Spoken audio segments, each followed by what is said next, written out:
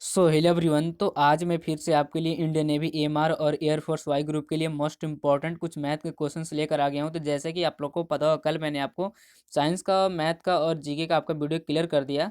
तो आज मैं फिर से आपके लिए कुछ क्वेश्चंस लेकर आ गया हूँ जो कि मैथ का है और बहुत ही इंपॉर्टेंट मैथ है, जिसमें कि आपको वाई ग्रुप और एएमआर में ऐसे ही क्वेश्चंस पूछे जाते हैं। तो मेक श्योर आप लोग हमारे चैनल पर नए हैं तो चैनल को सब्सक्राइब कीजिए और बेल आइकन को भी प्रेस कर दीजिएगा, ताकि जो भी मेरे नए नए वीडियो आएंगे तो आपके पास जल्द से जल्द पहुँच जाएंगे।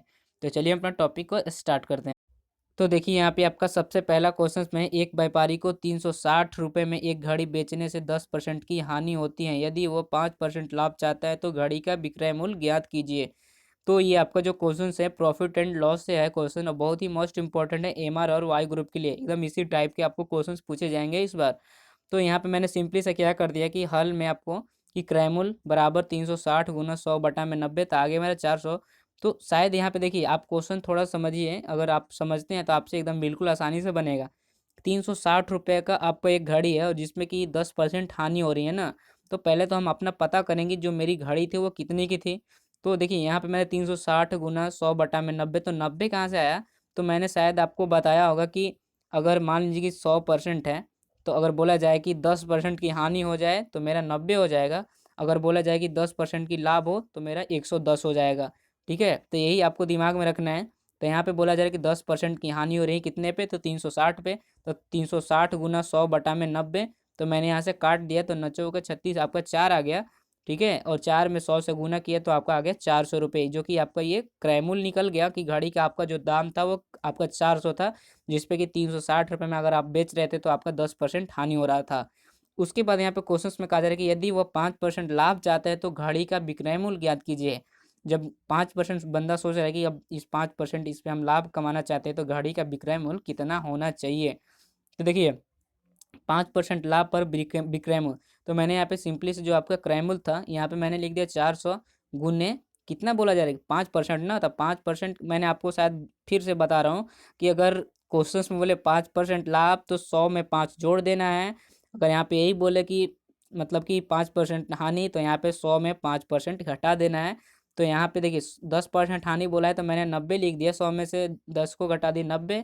और यहाँ पे बोला जा रहा है कि 5% प्रॉफिट हो रहा है ना, लाभ हो रहा है, तो 5 हम जोड़ देंगे 100 में तो 105। ठीक है, तो 105 बटा में 100, तो यहाँ पे देखिए 100 चौका 400 कट गया 4 से, और यहाँ पे 4 में 105 से अगर हम गुना करेंगे तो मेरा आ गया 420। यही हो गया आपका सही आंसर। आप लोग समझ गए होंगे। उसके बाद में हमको क्वेश्चन नंबर 2 है, जो कि आपका ये डिस्काउंट से रिलेटेड क्वेश्चन है। तो क्रमागत बटा 40% और 20% के समान एकल छूट कितना होगा। जो कि एमआर में और वाई ग्रुप में एकदम मैं बता रहा हूँ ना कि आपको जो भी क्वेश्चंस बता रहे हैं, जितने भी आपको बता रहे हैं, मतलब कि उतना अगर आप लोग कर लेंगे तो आप समझिए कि आप एग्जाम में सेफ जोन में रहते हैं, एग्जाम में अगर जाते हैं तो देखिए यहाँ पे आपको मैं एक छोटा सा फॉर्मूला यहाँ पे नोट कर दिया हूँ क्योंकि आपको अच्छे से समझ में आ जाएगा। अगर इस प्रकार के क्वेश्चंस मिले तो आपको कितना जल्दी बनाना है। तो देखिए यहाँ पे कुछ नहीं करना, आपको थोड़ा सूत्र जो मैंने यहाँ पे बता रहा हूँ कि आपको थोड़ा सा इसको जल्दी से याद कर लेना है। तो यहाँ पे x plus y minus x into y बटा में 100 है। ठीक है, तो यहाँ पे आपको मान लेना है एक्स और ये मान लेना है वाई, दिमाग में मानना है। उसके बाद में आपका एक्स का मान मैंने यहाँ पे देखिए पुटअप कर दिया एक्स प्लस वाई का, तो एक्स हो गया 40 और ये वाई हो गया आपका 20। उसके बाद यहाँ पे है माइनस, सूत्र में माइनस रख दिया, माइनस के बाद में एक्स इंटू वाई, तो एक्स इंटू वाई का मान आपका कितना है, एक्स है 40 और वाई का है 20। अब बटा में आपका 100 है तो 100 यहाँ पे रख दिया। उसके बाद मैंने यहाँ पे हल कर दिया तो आपको 2 जीरो तो 2 जीरो कट गया यहाँ पे। उसके बाद कटने के बाद यहाँ पे 40 और 20 कितना हो गया आपका 60 हो गया। 60 के बाद यहाँ पे माइनस कर दिया तो यहाँ पे हो गया 4 दूनी 8, तो 8 यहाँ पे आ गया। तो 40 20 60 माइनस आपका हो गया यहाँ पे। उसके बाद ये अगर हम 4 दूनी 8, तो 60 में से अगर 8 को हम घटाते हैं तो मेरा कितना हो जाएगा 52%। यही हो जाएगा आपका सही आंसर। उसके बाद में आपका क्वेश्चन नंबर 3। तो 3 में है आपका कि किसी शोरूम में एक वस्तु की सूची मूल्य 2000 रुपये है तथा वह 20% और 10% के दो क्रमिक बट्टों पर बेची जाती है, तो जाती हैं, उसका शुद्ध विक्रय मूल्य क्या होगा। तो देखिए अगर आपको इस प्रकार के क्वेश्चन आए तो इसको भी मैंने बता दिया हूँ कि ये भी एकदम सिंपल ही बनेगा। तो यहाँ पे आपको शुद्ध विक्रय मूल्य पहले मैं आपको निकाल लिया हूँ यहाँ पे कि 2000 गुना, तो मैं आपको बार बार फिर बता रहा हूँ कि अगर आपको बट्टे, क्रमिक बट्टे का मतलब क्या होता है, बट्टे का मतलब डिस्काउंट। तो डिस्काउंट का मतलब क्या, कि मतलब कि हानि हानि हो रहा है ना, बटा का मतलब डिस्काउंट हो रहा है, यहाँ पे मतलब घटाया जा रहा है जो कि। तो यहाँ पे 20% कहा जा रहा है, यहाँ पे 10% कहा जा रहा है। तो यहाँ पे 100 में से अगर हम 20 को घटाएंगे तो मेरा कितना आ जाएगा, 80। 80 हो गया ना, 80%। उसके बाद 80% का हम यहाँ पे परसेंट का मतलब 100, तो 100 नीचे कर दिया। उसके बाद में यहाँ पे बोला जा रहा है कि 10% क्रमिक बट्टो, बट्टा का मतलब डिस्काउंट होता है, तो यहाँ पे 10% का डिस्काउंट किया जा रहा है आपको किसी भी वस्तु पे, तो यहाँ पे 2,000 रुपये पे। तो उसके बाद यहाँ पे भी आपको 10 से मैंने यहाँ पे 100 में से आपको 10 को घटाएंगे तो मेरा कितना आ जाएगा, 90 आएगा ना। तो 90 आएगा मेरा, तो 90 आ गया यहाँ पे। 90 आने के बाद यहाँ पे सिंपली से मैंने क्या कर दिया, 90 आने के बाद यहाँ पे इसको भी परसेंटेज है तो यहाँ पे 100 से मैंने भाग कर दिया। उसके बाद यहाँ पे देखिए, यहाँ पे आपको 2000 में दो, यहाँ पे 3 जीरो थे, 2 जीरो कट कर दिए यहाँ से। उसके बाद में यहाँ से 1 जीरो, यहाँ से 1 जीरो, और यहाँ से 1 जीरो, और यहाँ से 1 जीरो कट कर दिया। उसके बाद 20 × 8 × 9 को मैंने यहाँ पे मल्टीप्लाई किया तो यहाँ आ गया 1440, सही आंसर। ठीक है। उसके बाद में क्वेश्चन नंबर 4 है। 4 में है कि ये आपका टाइम एंड वर्क से क्वेश्चन है, बहुत ही मोस्ट इंपॉर्टेंट है, तो आप लोग थोड़ा से इसको समझ लीजिएगा। बहुत ही सिंपल सवाल है और बहुत ही इजीली मैंने इसको बनाया हूँ, ये है नहीं, इसको मैंने बना दिया हूँ सिंपल। तो ए बी और सी एक कार्य को 10 दिन और 20 दिन में कर सकते हैं, यदि वे एक साथ काम करे तो कार्य पूरा होने में कितना समय लगेगा। तो आपका ये बहुत ही सिंपल सवाल है। तो देखिए मैंने यहाँ पे अगर अगर आपको ये सूत्र से बनाते हैं तो इसमें थोड़ा ज़्यादा टाइम लगेगा, और आपको ये सिंपली जानते हैं इस सवाल को आप कितना देर में हल कर सकते हैं। मात्र मैं आपको मतलब 10 सेकंड से कम ही आपको ये सवाल लगेंगे। सिंपली से देखिए, 10 दिन और 10 दिन और 20 दिन है ना, तो मैंने यहाँ पे 10 दिन और 20 दिन, 10 दिन 10 दिन 20 दिन कर दिया। ठीक है, यहाँ पे आपका सवाल में 10 10 और 20 है, तो यहाँ पे 10 10 10 20 कर दिया। उसके बाद मैंने क्या किया सिंपली से, कि यहाँ पे तीनों से कटने वाली डिजिट मैंने ले लिया, मतलब कि यहाँ पे 10 10 और 20 से यहाँ पे मैंने एलसीएफ यहाँ पे निकाल लिया। एलसीएफ निकालने के बाद यहाँ पे आपका आ गया 20 20 आ गया ना आपका, मतलब वही बात कि 10 10 और 20 से कटने वाले डिजिट कितना ले लेंगे, तो 20 हो गया। उसके बाद कि 10 से अगर 20 से हम भाग देंगे तो मेरा कितना आएगा, तो यहाँ पे आगे देखिए पीछे 2 आ गया। उसके बाद यहाँ पे भी मैंने वही किया कि 2 में और 20 से भाग देंगे तो मेरा कितना आएगा, सॉरी 10 में और यहाँ पे 20 से भाग देंगे तो कितना आएगा, 10 दूनी 20, 2 आ जाएगा मेरा यहाँ पे। उसके बाद 20 में और यहाँ पे 20 से भाग देंगे तो मेरा कितना आ जाएगा, तो 1 आ जाएगा, यहाँ पे आ गया। उसके बाद यहाँ पे मेरे आगे 2 2 2 और +1 आ गया, तो 2 2 4 4 1 5, आपका टोटल आ गया 5। तो 5 यूनिट की वैल्यू कितना दिया गया, 20 ना, तो अगर हम 5 से यहाँ पे भाग देंगे तो मेरा आ जाएगा सही आंसर 4 दिन। तो ये आपका सही आंसर हो जाएगा 4 दिन, तीनों मिलकर 4 दिन में ही खत्म कर देंगे काम को। तो ये बहुत ही सिंपल सवाल था और आप लोग समझ गए होंगे। अगर आप लोग इस प्रकार अगर क्वेश्चंस पूछे जाए तो बस आपको सिंपली से दिमाग में ही रखना कि तीनों को ऐड करके और इस पे पहले देख लेना कि कटने वाला डिजिट कितना हो रहा है। तो 20 मान लीजिए 20 हो गया, 20 से बाद आपको एक एक करके भाग दे लेना है, इतना आ गया। फिर 10 में और 20 से भाग दे के इतना आ गया, और उसके बाद 20 में और 20 से आप भाग देंगे तो इतना आ गया एक। और तीनों को जोड़ के बस एकदम आपको जितना आया उतना से 5 से या 4 से ठोक देना है जितना आएगा, तो आपका सही आंसर हो जाएगा 4 दिन। उसके बाद में आपका क्वेश्चन नंबर 5, तो 5 भी सेम क्वेश्चन है लेकिन थोड़ा ये समझना ये जरूरी है। A plus B comma B plus C comma C plus A किसी काम को 10 12 और 20 दिन में पूरा करते हैं तो तीनों अलग अलग कितने दिनों में पूरा करेंगे। तो आपको शायद ये क्वेश्चन लग रहा है कि बहुत ही इजी, लेकिन इजी नहीं है, थोड़ा सा आपको दिमाग लगाना है इस क्वेश्चन में। तो देखिए यहाँ पे मैंने ए प्लस बी बराबर 10 दिन दिया गया क्वेश्चन में, ए प्लस बी बराबर 10 दिन, बी प्लस सी बराबर 12 दिन, सी प्लस ए बराबर 20 दिन। तो इतना हो गया, मैंने इतना भी लिख दिया, सब लोग को इतना तो आएगा। उसके बाद मैंने तीनों से कटने वाली डिजिट मैंने ले लिया 60। ठीक है, 60 लेने के बाद यहाँ पे मैंने देखिए 10 में अगर 6 से अगर भाग देंगे तो मेरा 6 आएगा। फिर 12 में 60 से अगर भाग देंगे तो 5 आएगा। फिर 20 में और 60 से भाग देंगे तो मेरा कितना आएगा, 20 3 60 3 आएगा।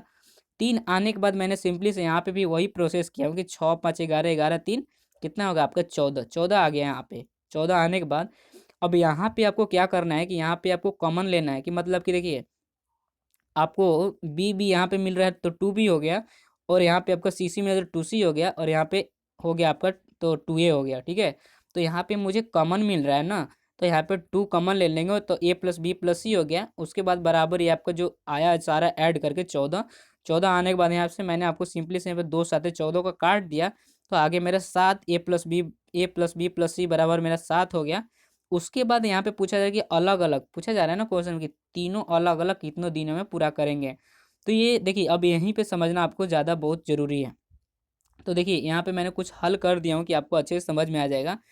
कि देखिए आपका ए प्लस बी कितना दिन में कर रहा है, यहाँ पे क्वेश्चन दे रहा है ना कि ए प्लस बी आपका जो है 10 दिन में है, और बी प्लस सी आपका 12 दिन और सी प्लस ए 20 दिन। तो यहाँ पे तो आपका निकल गया काम, आपका सबका अलग अलग निकल गया 6, 5, 3। उसके बाद यहाँ पे देखिए तो हम निकाल लेंगे कि ए प्लस बी भाई अगर हम डालेंगे यहाँ पे देखिए हल थोड़ा सा मैंने कर दिया हूँ कि आपको अच्छे से समझ में आ जाएगा कि ए प्लस बी प्लस सी बराबर 7 दिन। तो यहाँ पे देखिए ए प्लस बी बराबर का कितना दिया गया है, 6 दिन आया है ना, 6 दिन ना, ए प्लस सी भी 6 है। तो यहाँ पे ए प्लस बी का मान 6 दिन रख दिया, उसके बाद प्लस सी तो बराबर 7 आ गया यहाँ पे। तो जो जो आपका ये कैलकुलेशन आया कि ए प्लस बी बराबर 7 दिन आया, तो वही उसी पे मैं रख के मान पुट कर रहा हूँ, जो कि आपका सी का मान यहाँ पे आ गया है 1। तो 1 आने के बाद मैंने सी बराबर यहाँ पे रख दिया कि 60/1, तो आपका आ गया सी का 60 दिन। उसके बाद बी का मैंने कैसे किया, तो अब यहाँ पे निकाल लेंगे बी प्लस सी का भी मान निकाल लेंगे। तो मेरा क्या ए का निकल जाएगा ना, बी प्लस सी का जब हम मान निकालेंगे तो मेरा यहाँ पे ओनली फॉर ए का एकदम बिल्कुल निकल जाएगा। तो बी प्लस सी का मेरा मान कितना है, तो 5 दिन है ना। तो 5 दिन यहाँ पे भी मैंने किया कि देखिए ए प्लस बी प्लस सी बराबर 7 दिन हो गया। तो ए तो ए यहाँ पे रख दे, तो बी प्लस सी का मान कितना है, 5 दिन है। तो यहाँ पे मैंने 5 पुटअप कर दिए बराबर 7। तो ए बराबर यहाँ पे 7, ये प्लस है इधर जाएगा तो माइनस में, तो आपको 2 दिन आ गया, यहाँ पे 2 आ गया। 2 आने के बाद मैंने क्या किया कि बी बराबर 60 आपका दिन टोटल 60 है ना, तब तो मेरा निकलेगा। तो आपको वही करना है कि 60 में आपका यहाँ पे ए है, 60 में आपका 2, तो इसका आ जाएगा 30 दिन ए का। उसके बाद बी का निकालना होगा, तो सी प्लस ए है ना आपका यहाँ पे, तो सी प्लस ए का भी सेम वही करेंगे, ए प्लस बी प्लस सी बराबर 7 दिन। तो सी प्लस ए का मान मेरा कितना है, तो 3 है। तो सी हो गया ये और ये हो गया ये, तो सी प्लस ए का मान हम 3 दिन रख दिया। उसके बाद प्लस बी बराबर 7 दिन। तो यहाँ पे मैंने बी बराबर लिख दिया 7, इधर प्लस में इधर जाएगा तो माइनस में 3, तो यहाँ पे बराबर 4 आ गया। तो 4 अब आ गया, तो आपका टोटल काम कितना है 60। तो 60 में अगर हम भाग देंगे तो कितना आएगा मेरा, 60/4, तो आगे मेरा बी का मान 15, 15×4 = 60। तो आप लोग समझ गए होंगे इस सवाल को। अगर आपको कोई डाउट होगा ना तो कमेंट बॉक्स में पूछिएगा, मैं हो सकता तो इसको बता दूंगा। उसके बाद में क्वेश्चन नंबर 6, तो 6 है जो कि आपका बहुत ही मोस्ट इंपॉर्टेंट मैथ, और जो कि ये बहुत ही इजीली ट्रिक से मैंने बनाया हूँ।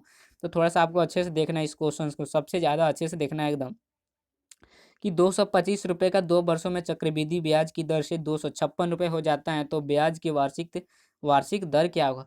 तो ये शायद लग रहा होगा कि इतना मैंने इतना इसको सिंपल बनाया हो, तो लग रहा है कि आपको ये कैसे बना है। तो ये बहुत ही सिंपल मैंने इसको हल कर दिया हूँ। तो देखिए आपको इस प्रकार के अगर सवाल आए 2 वर्षों में तो आपको कैसे बनाना है, और 3 वर्षों का आए तो कैसे बनाना है, इस दोनों के लिए मैं टिप्स लेकर आ गया हूँ। बहुत ही मस्त ट्रिक है एकदम। तो देखिए यहाँ पे अगर आपको 225 रुपये का 2 वर्षों का चक्रवृद्धि ब्याज 256 दिया है, तो मैंने यहाँ पे लिख दिया कि 225 वर्षों का 2 ईयर्स का 256। तो मैंने यहाँ पे सिंपली अंडर रूट यहाँ पे चढ़ा दिया, ठीक है। इसके बाद मैंने यहाँ पे क्या किया कि 225 का वर्गमूल कितना होगा आपका 15, और 256 का वर्गमूल कितना होगा 16। इतना सबको समझ में आ गया होगा। उसके बाद यहाँ पे मैंने नोट किया हूँ कि 15 रुपये 16 रुपये हो जाता है 1 साल में। तो क्वेश्चन सही है ना, कि जो 15 रुपया था वो हो जाता है 16 रुपये 1 साल में। तो क्वेश्चन तो यही भी कहा जा रहा है कि 25 रुपया था 2 वर्षों में चक्रवृद्धि ब्याज जो हो जाता है 256 रुपये, यही है ना। तो यहाँ पे भी वही करेंगे काम कि 15 रुपये हो जाते हैं, मतलब कि 15 रुपये 16 रुपया हो जाता है 1 साल में। तो मेरा कितना रुपया बढ़ रहा है, 1 रुपया ना बढ़ रहा है, 15 रुपये 16 रुपये 1 ही रुपया ना हुआ, अगर घटाएंगे तो मेरा 1 ही रुपया ना हो रहा है साल में। तो एक अगर हम यहाँ पे करें 1/15, तो कितना पे 15 पे हो रहा है ना मेरा, 15 रुपये पे ना 100 रुपये 1 रुपये बढ़ रहा है, तो 15 पे कर देंगे। तो 100 पे मेरा कितना, तो यहाँ पे हम भाग देंगे तो यहाँ पे मेरा सिंपली से आ जाएगा कि 3×5 = 15 और यहाँ पे 20×5 = 100। तो 20/3, तो 6.2/3% आपका ये हो जाएगा सही आंसर, ठीक है। आपको कोई डाउट नहीं रहना चाहिए इस क्वेश्चन में। उसके बाद में आपका क्वेश्चन नंबर 7 है। तो देखिए यहाँ पे 7 में है कि आपका देखिए ये बहुत ही मोस्ट इंपॉर्टेंट है। तो देखिए यहाँ पे मैंने सिंपली से क्या कर दिया कि यहाँ पे देखिए, तो वहाँ पे पहले 2 वर्ष का था ना, तो यहाँ पे अब 3 वर्ष हैं। तो यहाँ पे देखिए 1,24,000 रुपये का 3 वर्षों में चक्रवृद्धि ब्याज की दर से 1,45,800 रुपये हो जाता है, तो ब्याज की वार्षिक दर क्या होगा। तो ये आपका 3 साल को रहेगा, तो कैसे बनेगा। तो यहाँ पे मैंने आपको साफ साफ समझ में आ रहा होगा कि इतना तो सबको आ गया होगा, अब इतना सब लोग कर लेगा अगर इस प्रकार के क्वेश्चन आए तो। तो यहाँ पे 1,24,000 मैंने यहाँ पे लिख दिया, और 3 वर्ष में यहाँ पे कर दिया। उसके बाद यहाँ पे मैंने सिंपली से इतना कर दिया। करने के बाद यहाँ पे देखिए 2 जीरो से 2 जीरो कट गया, कटने के बाद ये भी छोटा हो गया, अब आ गया 1,024, और यहाँ पे 1,458। उसके बाद मैंने क्या किया कि यहाँ पे हम 200 काट दिए, यहाँ पे 2 से हम काटेंगे तो 1024 है, दो से अगर इसको आधा करेंगे तो मेरा कितना आ जाएगा 512। 512 आएगा ना। अगर 512 में अगर 512 अगर जोड़ेंगे तो यहाँ 224। ठीक है, तो मैंने यहाँ पे सिंपली से दो से कर काट काट के इसको और छोटा कर दिया। उसके बाद 1000 यहाँ पे 1458 है, तो यहाँ से भी 200 मैंने काटा, तो यहाँ पे आ गया 729। 729 आने के बाद यहाँ पे सिंपली इतना अब फिर से समझ में सबको आ गया, क्योंकि यहाँ पे जो 3 है यहाँ पे 3 साल में कहा जा रहा है, इसलिए मैंने यहाँ पे 3 रख दिया। उसके बाद यहाँ पे देखिए मैंने क्या किया कि 8 है। 8 कैसे है भाई? तो 8 का अगर हम की 8 अट्ठाई 64, 64 8 ही कितना होगा मेरा 512। उसके बाद यहाँ पे देखिए 99 81 81 नवा 729 आ गया ना आपका। तो आपका जो 3 हो गया, तो उसके बाद यहीं पे भी सेम प्रोसेस मैंने किया हूँ कि 8 है, जो 8 था वो कितना हो रहा है साल में 1 रुपये पर। तो आपका 1 रुपये हो रहा है ना, तो 1 रुपये तो कितने पे, तो 8 पे, तो 8 पे तो इतना, तो 100 पे कितना। तो आपका हो गया ये, अगर हम यहाँ पे करेंगे 2 चौके 8 और 25 चौके 100, तो आपका कट गया तो 25 बटा में। ठीक है, यहाँ पे 25 होगा आपका, मैंने 24 लिख दिया। तो 25, 25 के बाद ये सॉरी यहाँ पे 25 होगा। तो 25 चौका 100, 2 चौके 8, तो यहाँ पे 25/2 हो गया। 2 होने के बाद यहाँ पे मैंने इसको भाग दिया, तो यहाँ पे आ गया 12.1/2%। यही होगा आपका सही आंसर। देखिए आपको अगर इस प्रकार के क्वेश्चन आए ना, तो बिल्कुल ऐसे ही बनाना। अगर इसको फॉर्मूले पे बनाते हैं तो ये आपको तो लगता ही होगा कि ये 1,24,000 ये कैसे बनेगा, और 1,45,800 का निकालेंगे, गुना भाग करेंगे तो मुझे कितना एग्जाम में टाइम लगेगा।